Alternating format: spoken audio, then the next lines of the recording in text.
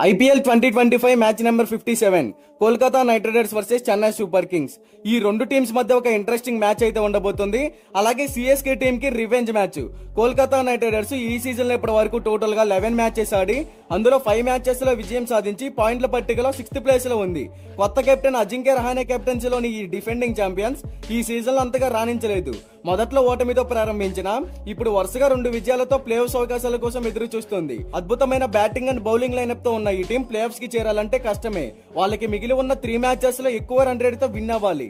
అయినా play offs berth దక్కాలంటే వేరే teams పై కూడా ఆధారపడాల్సి ఉంటుంది. సో ఇలా జరగడం అసాధ్యమని చెప్పుకోవచ్చు.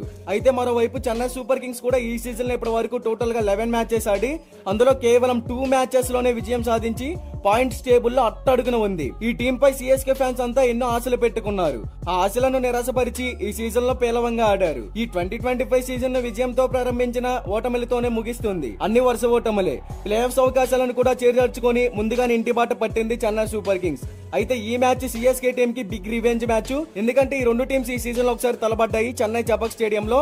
ఆ మ్యాచ్ లో కోల్కతా నైట్ రైడర్స్ టాస్ గెలిచి బౌలింగ్ ఎంచుకోగా ముందుగా బ్యాటింగ్ చేసిన చెన్నై సూపర్ కింగ్స్ 20 ఓవర్లలో కేవలం 103 పరుగులు మాత్రమే చేయగలిగింది. ఇక ఆ లక్ష్యాన్ని 10.1 ఓవర్లోనే ఛేదించి భారీ విజయాన్ని అందుకుంది కోల్కతా నైట్ రైడర్స్. ఇక ఈ మ్యాచ్ లో ఎలాగైనా కేకేఆర్ ని ఓడించి రివెంజ్ తీర్చుకోవాలని కసిగా ఎదురు చూస్తుంది చెన్నై సూపర్ కింగ్స్.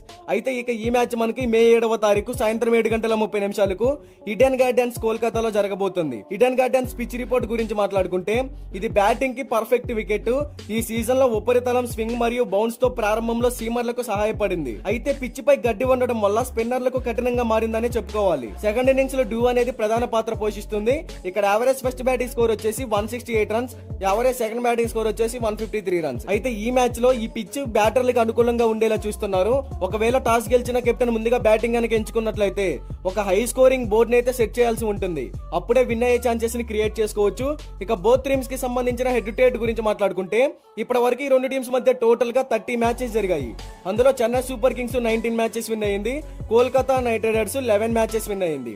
ఇక బోత్ టీమ్స్ ప్లేయింగ్ 11 గురించి చూసుకుంటే Chennai super kings playing 11 Shaik Rasheed, Ayush Mhatre, Sam Curran, Ravindra Jadeja, Dewald Brevis, Deepak Chahar, MS Dhoni, Noor Ahmad, Khaleel Ahmed, Anshul Kamboj, Matheesha Pathirana, impact player గా శివం దూబే.